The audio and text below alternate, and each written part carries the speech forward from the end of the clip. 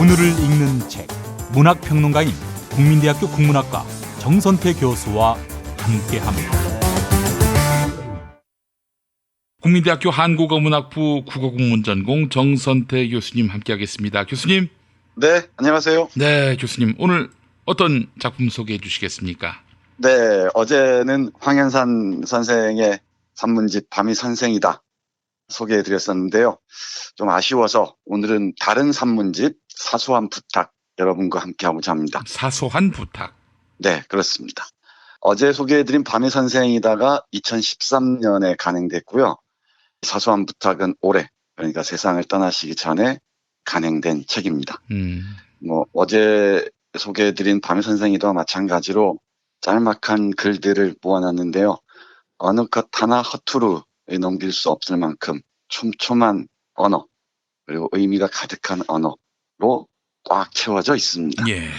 이 책을 펼치면 서문에 해당하는 글, 머슴 새와 밭가는 해골의 끝부분에 이렇게 적혀 있네요. 평소에 염두에도 두지 않았던 이런 모순에 갑자기 의문이 생기는 순간을 나는 문학적 시간이라고 부른다. 문학적 시간은 대부분 개인의 삶과 연결되어 있기 마련이지만 사회적 주제와 연결될 때 그것은 역사적 시간이 된다. 그것은 또한 미학적 시간이고 은혜의 시간이고 깨우침의 시간이다. 네, 요 한 단락, 짧은 한 단락의 글이 이 책의 전체 의미를 가늠하고 있는 것 같습니다. 예. 어떤 모순의 의문을 갖기 시작할 때 그 순간이 바로 문학적 시간이라고 하고요. 그리고 이 문학적 시간은 대부분 개인의 삶과 연결되죠. 그런데 그게 사회적 주제와 연결될 때는 역사적 시간이 되죠. 왜 이렇게 살아야 되는가? 왜 우리는 전쟁을 얘기하는가? 왜 노동자들은 해고당하고 고통받는가? 이런 문제하고 연결될 때는 역사적 시간이 된다는 거죠. 그리고 그건 동시에 미학적 시간이고 은혜의 시간이고 깨우침의 시간으로 얘기합니다. 이 책을 읽으면서 수많은 사회적 주제와 만날 수 있고요. 그리고 2013년에서 2017년까지 약 4, 5년 동안 쓴 글 속에서 하나 역사의 한 장면이 주르륵 넘어가기도 합니다. 그 중에서 눈에 띄는 글 몇 편 볼 텐데요. 이런 책은 처음부터 끝까지 쭉 읽기보다는 손 가는 대로 딱 뒤져서 넘겨서 눈에 끌리는 그런 글들을 하나하나 읽으시면 됩니다. 짤막한 글들이어서 큰 노력이 필요하지도 않고요. 그리고 짤막한 글이 전하는 깊이에 또는 울림에 감동하다 보면은 어느새 이 책의 끝에 도달해 있다는 것을 알 수 있을 것 같습니다. 2013년 4월 13일 날 쓴 글 전쟁을 안 할 수 있는 능력 1부와 2부는 되게 컬럼으로 구성되어 있는데요. 2013년 한번 떠올려 보십시오. 불바다 문제니 뭐니 해서 전쟁을 둘러싸고 많은 얘기가 있지 않았습니까? 북에서도 그렇고 남에서도 그렇고. 예. 그 과정을 쭉 쓰다가 이렇게 마무리합니다. 긴 말이 필요 없이 우리에게 전쟁은 민족의 공멸을 뜻한다. 남북의 삶이 뿌리까지 파괴되고 민족이 돌이킬 수 없는 불행에 빠지게 된다면 경제적으로 부를 쌓은들 그게 무슨 소용이 있으며 젊은 두뇌들이 학문을 연마하고 재주 많은 사람들이 문예의 꽃을 피운들 그게 무슨 가치가 있겠는가. 민족의 한쪽이 나쁜 결정을 내리지 않도록 도와야 하는 것은 우리다. 남북은 가장 가까운 핏줄로 연결되어 있고 수천 년 동안 같은 운명 앞에 서 있었고 또다시 긴박한 위험을 목전에 두고 같은 운명을 고뇌하고 있다. 함께 번영한다는 것이 무엇인가를 깨닫고 실천하는 지혜가 진정한 알미며 한쪽의 동포가 비극적인 결단을 내리지 않도록 도울 수 있는 힘이 진정한 국력이다. 거기에서가 아니라면 한 국가의 자존심을 어디서 찾을 것인가. 네, 혹시 공작이라는 영화 보셨는지 모르겠는데 국정원의 전신이죠. 안기부랑 국가기원을 통해서 전쟁을 구걸했다는 거 아닙니까? 자유한국당의 전신인 한나라당에서 그랬다는 거죠. 그자들은 전쟁이라는 공포가 없이는 자기 존립 기반이 흔들린다는 걸 알고 있었기 때문에 늘 전쟁을 부추겨왔고 전쟁이라는 공포를 우리에게 세뇌시켜왔죠. 남북관계에서 전쟁의 공포에서 벗어나는 게 우리에게 얼마 소중한지 전쟁을 안 할 수 있는 능력이라는 글에서 정확하게 보여주고 있습니다. 벌써 전쟁의 공포를 우리가 서서히 잊어가는 것처럼 보입니다. 예. 1년 정도 지났는데. 근데 그 전만 해도 우리가 얼마나 전쟁의 공포에 시달렸는지 떠올리면서 지금 이 시간이 얼마나 귀한지도 함께 생각해야 될 것 같습니다. 어제 오늘 이산가족 상봉이 있었다고 하는데요. 그런 과정들이 어떤 결과로 이어질지 우리가 눈 부릅뜨고 지켜봐야 할 것 같습니다.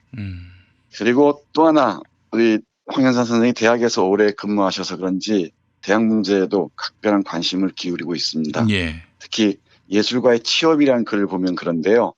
우리 김필 잘 아시겠지만 대학을 평가하는 신문사나 기관이 있죠.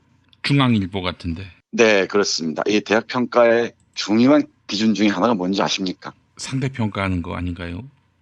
그것도 있고요. 취업률입니다. 취업률. 취업률. 예. 네, 대학을 평가하는 것도 우습지만 이것도 취업률로 대학의 서열을 매긴다는 건 그야말로 야만입니다. 예. 더군다나 이제 문학이나 예술 계통에 있는 학생들이나 대학 구성원들은 더 그게 야만적으로 와닿겠죠. 네, 이 글에서 어떤 예술대학의 유명한 한 시인의 예를 듭니다. 예를 들면서 이 시인이 학교를 그만두기로 했답니다. 그 이유를 조금 읽어보겠습니다. 그가 학교를 그만두고 싶다고 말한다. 학생들을 취직시키라는 학교의 등살을 이길 수 없기 때문이라고 한다. 대학 평가에 취업률이 높은 비중을 차지하고 있다는 것이야 모든 사람이 알고 있다. 예체능계의 취업률은 예외 상황이 되지 않았느냐고 했더니 그것은 4년제 대학에는 해당하고 2년제 전문대학에는 적용이 되지 않는다고 한다. 전문대학은 전문 직업인의 양성이 설립 취지이니 취업률이 중요하다는 것이 관료들의 주장이라고 한다. 예술도 밥을 먹어야 할 수 있는 일이니 밥벌이를 하는 것이 중요한 것은 사실이다.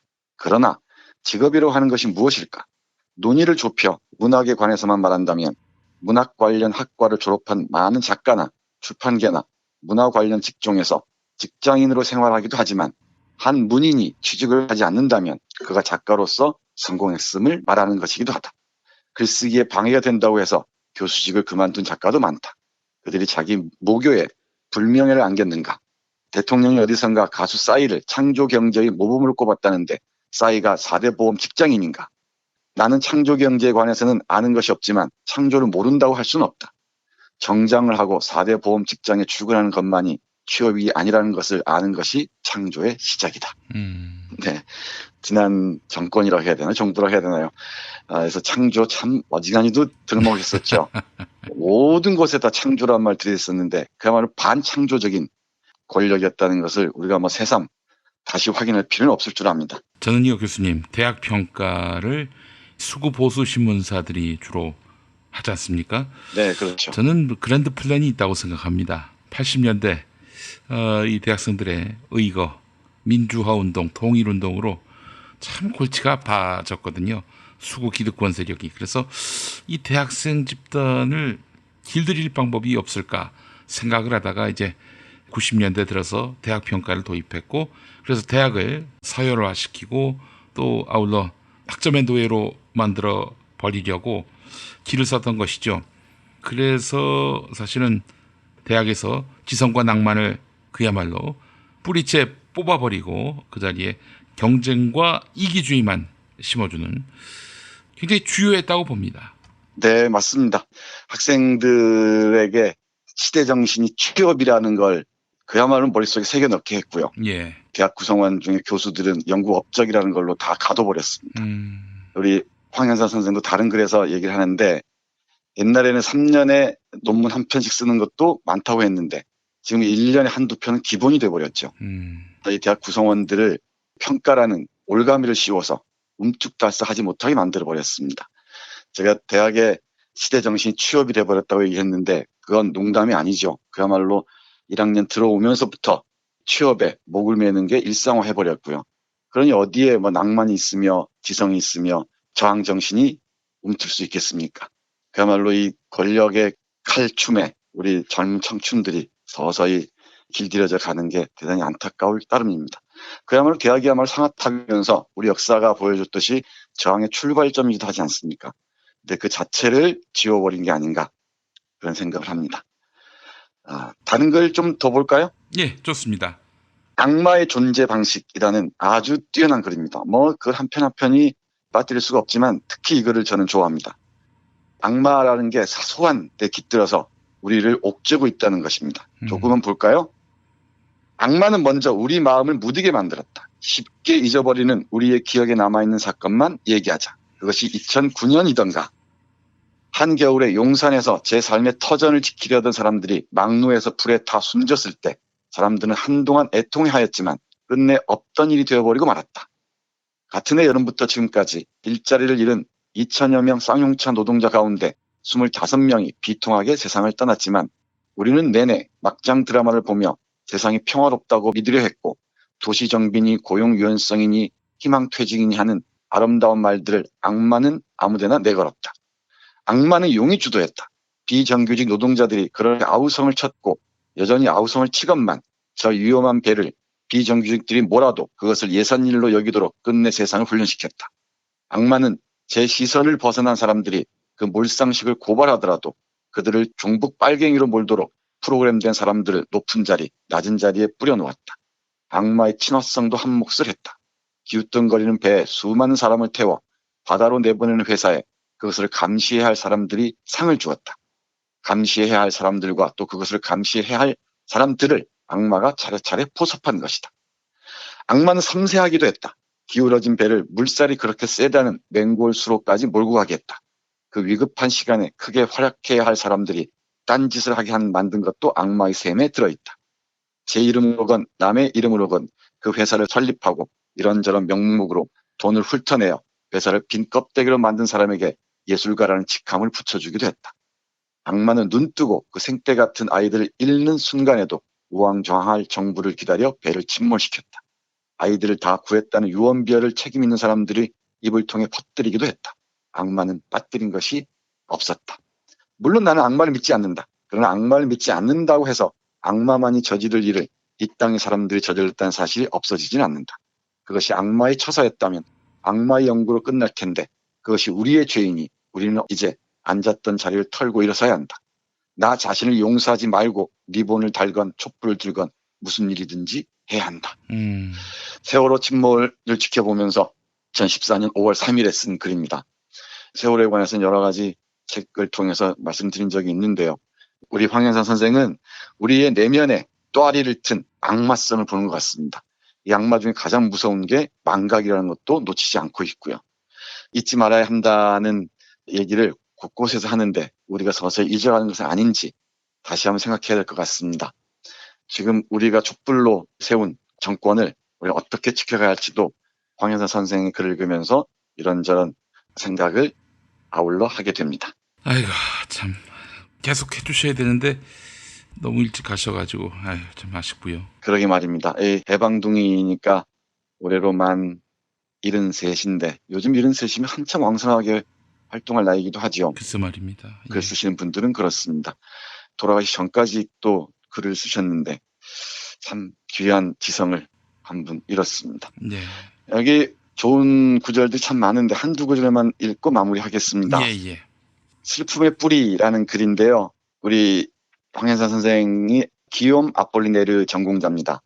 프랑스의 문학자인데요. 이 문학자의 시 한 편과 우리 중학교 때인가 고등학교 때 배웠던 시조 있죠. 왕방연이 쓴 천만리 머나먼 길에 고운님 여의없고 내 마음 둘 곳 없어 내가에 앉았으니 저물도 내 안 같아야 울어 밤길 예놓다. 이런 시조가 있었죠.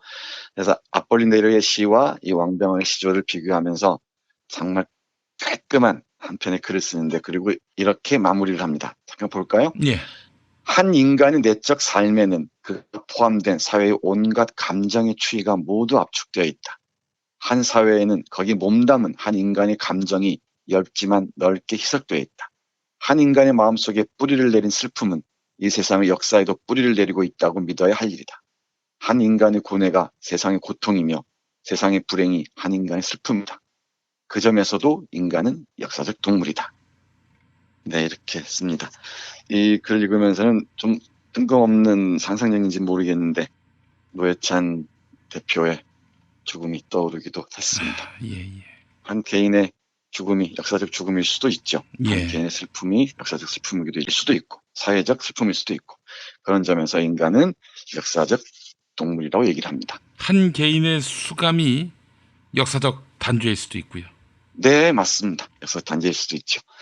마지막으로 소녀상과 만국소녀들이라는 글 소개해드리겠습니다. 예. 우리 생생하게 기억하죠. 불가역적인 협상 합의 했던 거 기억하실 겁니다.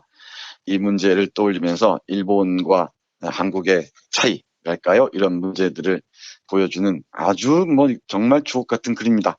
조금 긴데 한 달락이어서 읽어보도록 하겠습니다. 우리 한국에서 촛불 시위가 일고 이런 걸 두고서 일본에서는 이해를 못한다고 하죠. 그냥 가만히 시킨 대로 하면 되지 왜 저렇게 들고 일어서서 난리냐라고 얘기를 합니다. 그리고 역사적 사례도 많이 있는데요.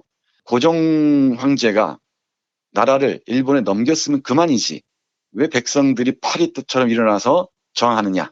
이게 일본인들은 이해할 수 없었던 겁니다. 일본의 경우는 자기네 왕이 지시를 내리면은 정말 일사불란하게 움직이거든요. 예. 어제까지만 해도 미국, 영국을 죽일 놈, 살릴 놈 했던 자들이 하루아침에 친미파들로 다 바뀌어버리죠.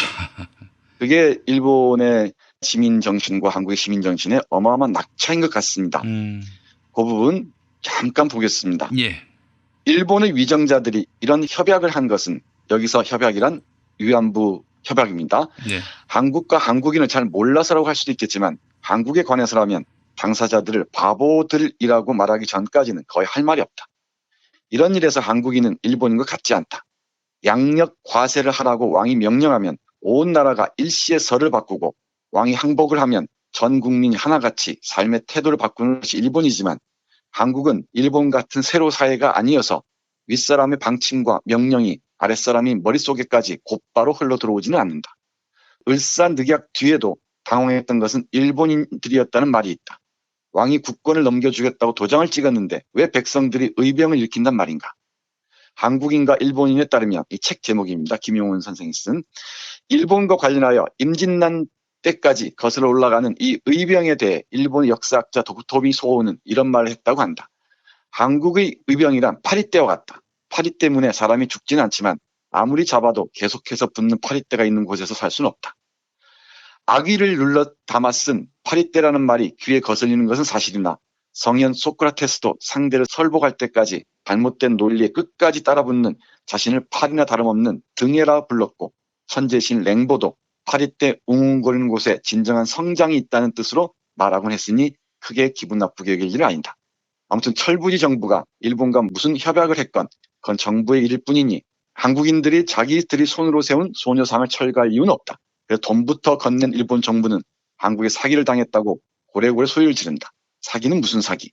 우리가 보기에 일본이 서둘러 꾸려낸 협약은 조카가 가진 땅을 헐값에 사보겠다고 엉뚱하게 팔푼이 3촌을 꿰어 계약서를 쓴 꼴과 진배 없다. 네, 이렇게 씁니다. 예. 마지막 문장이 착 감겨오죠. 예. 이런 그 협약을 한 걸 두고 조카가 가진 땅을 헐값에 사보겠다고 엉뚱하게 팔푼이 3촌을 꿰어 계약서를 쓴 꼴과 다름없다고 얘기를 합니다. 팔푼이 3촌이 누구를 비유하는지는 굳이 말씀드리지 않겠습니다. 예, 예. 이런 글들 정말 그야말로 말 그대로 주옥 같은 글들이 가득합니다. 특히 표지 디자인에 선택한 팀 아이텔이라는 그림 또 함께 감상하시면서 밤이 선생이다와 사소한 부탁 함께 많이 아껴주시기 바랍니다. 예, 알겠습니다. 정서대 교수님 오늘 말씀 잘 들었습니다. 네, 고맙습니다.